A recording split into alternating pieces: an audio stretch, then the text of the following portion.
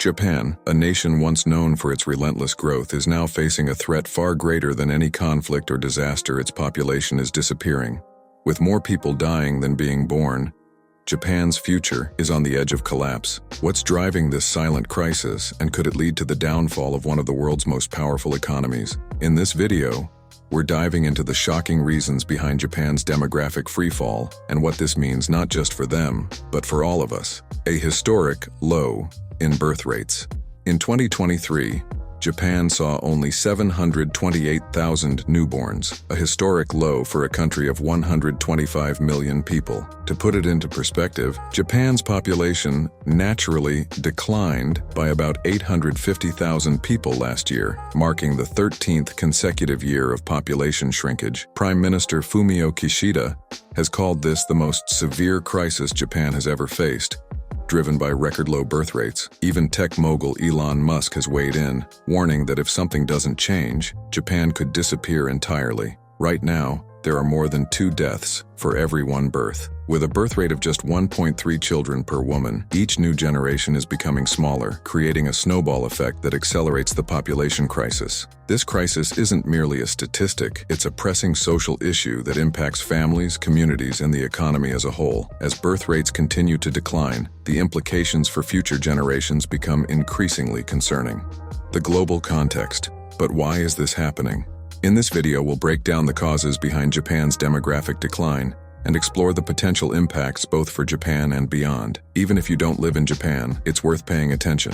Other countries, especially in Europe and America, are heading in a similar direction, with declining fertility rates that signal a global issue. The potential collapse of Japan wouldn't just affect its citizens, it's a major military and economic power whose downfall could ripple across the world, leading to increased global instability.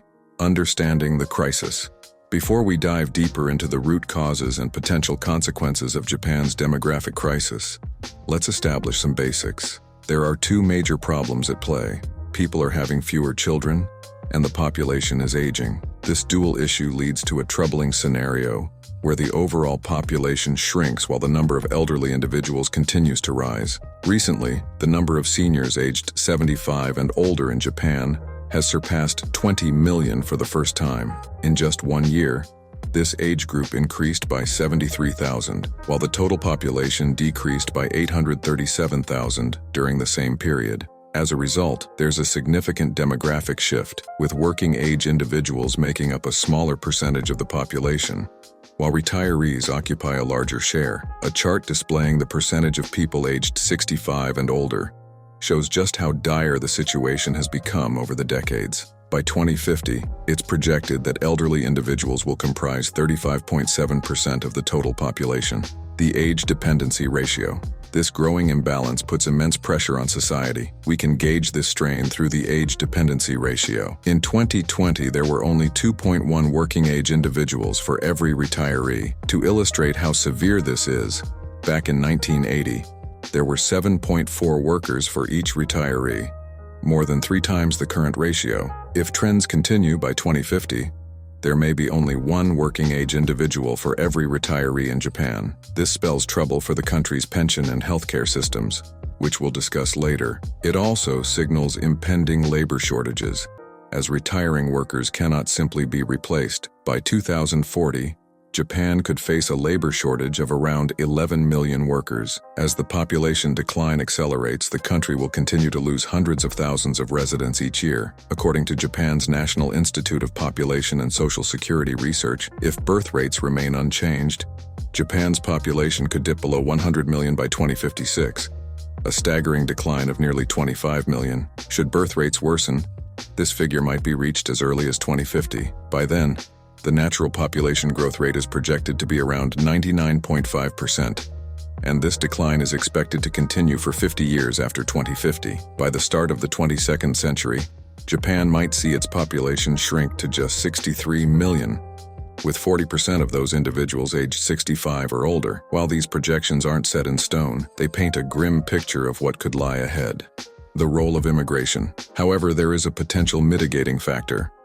Immigration. Let's take a look at who is moving to Japan. A chart tracking foreign residents over the years reveals a significant Korean community. Although many of these individuals are ethnically Japanese, who returned after being settled in Korea during the colonial period. Real immigration began to rise during and after the 1980s, with a substantial influx of Chinese immigrants coming to work or study. By 2023, there were 3.22 million foreign residents in Japan, accounting for about 2.6% of the total population, still below the global average of 3.5%, but a considerable increase from just a few decades ago. This immigrant population is likely to keep growing as it becomes an essential solution to Japan's birth rate problems. While immigration may help alleviate some of the pressures, it also raises questions about integration, cultural identity, and social cohesion.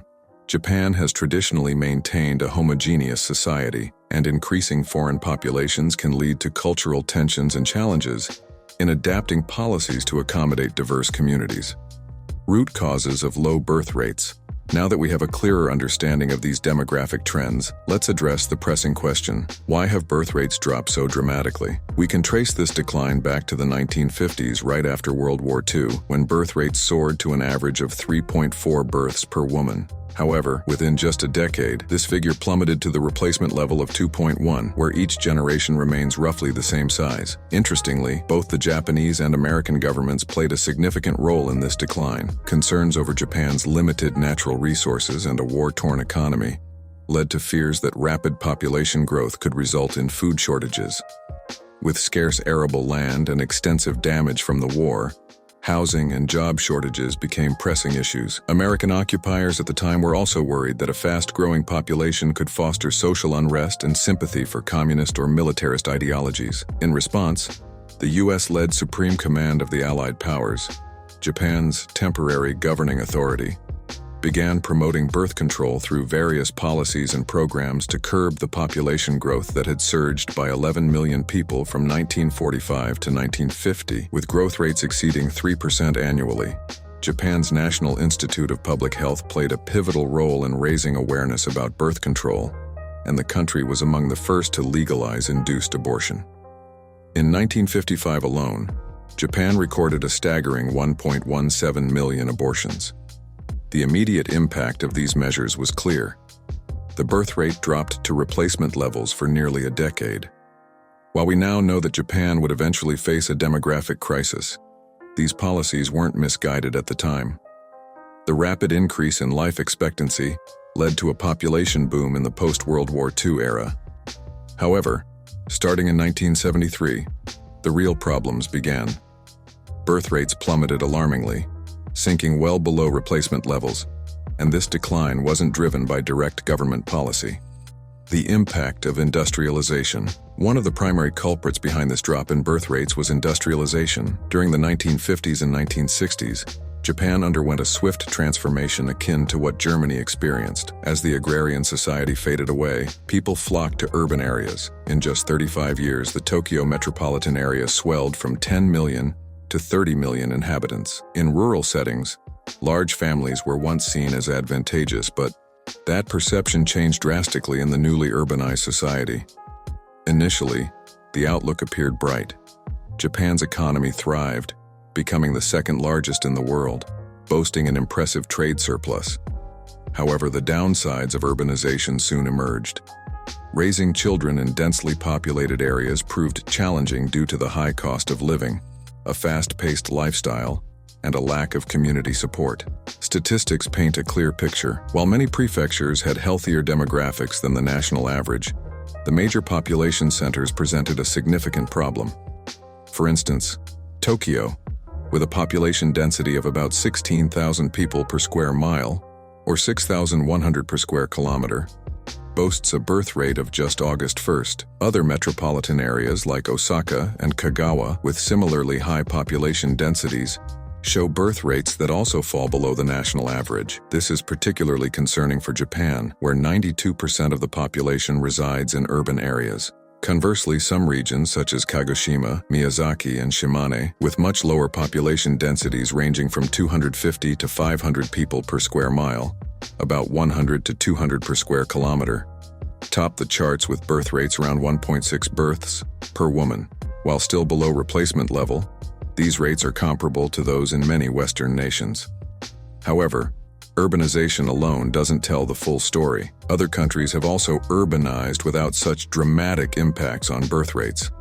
The US, UK, and France all have over 80% of their populations living in cities, but maintain healthier birth rates. The culture of overwork. One significant factor in Japan's struggle with low birth rates is its notorious culture of overwork. There's a prevailing sentiment among many young people, particularly women, that having children and a career simultaneously is nearly impossible. This cultural norm, often referred to as work-life balance, tends to lean heavily towards the work side, leading to increased stress and a decreased willingness to have children. Moreover, Japan has one of the highest rates of single-person households in the world, with over 35% of the population living alone. This phenomenon reflects shifting societal norms, where individuals prioritize careers and personal freedoms over traditional family structures. Additionally, the Freeder phenomenon of people who work part-time jobs without stable employment adds another layer to this dilemma. Many young adults delay marriage and parenthood as they pursue a less conventional lifestyle, valuing personal freedom over traditional responsibilities. Many Freeders avoid settling down, preferring to focus on temporary jobs that offer more flexibility, but lack security and benefits. This culture, paired with economic pressures, has left many young adults wary of committing to marriage and family. The economic strain of parenthood, beyond cultural shifts, the financial implications of raising children in Japan cannot be ignored.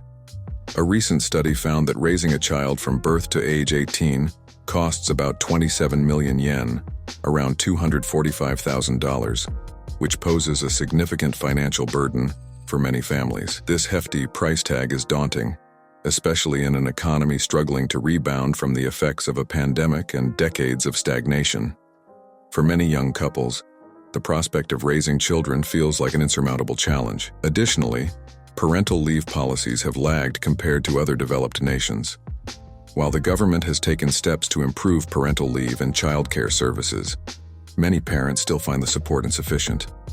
The lack of affordable childcare options often forces families into tough decisions about who stays home with the children, and these decisions disproportionately fall on women, further perpetuating gender inequality in the workplace. Future implications. As Japan grapples with this multifaceted crisis, the implications extend far beyond individual families. A declining population poses grave risks to the nation's economic stability, social structures, and public services. The aging population will demand more resources for healthcare and pensions, straining already overwhelmed systems. As fewer workers enter the job market, productivity may decline, leading to a sluggish economy. However, it's important to recognize that Japan is not alone in facing these issues. Many countries, particularly in Europe and North America, are also witnessing declining birth rates and aging populations. This shared challenge could lead to global discussions on immigration policies, gender equality in the workplace, and the importance of family-friendly practices in both the public and private sectors. Japan's demographic crisis is driven by a mix of cultural,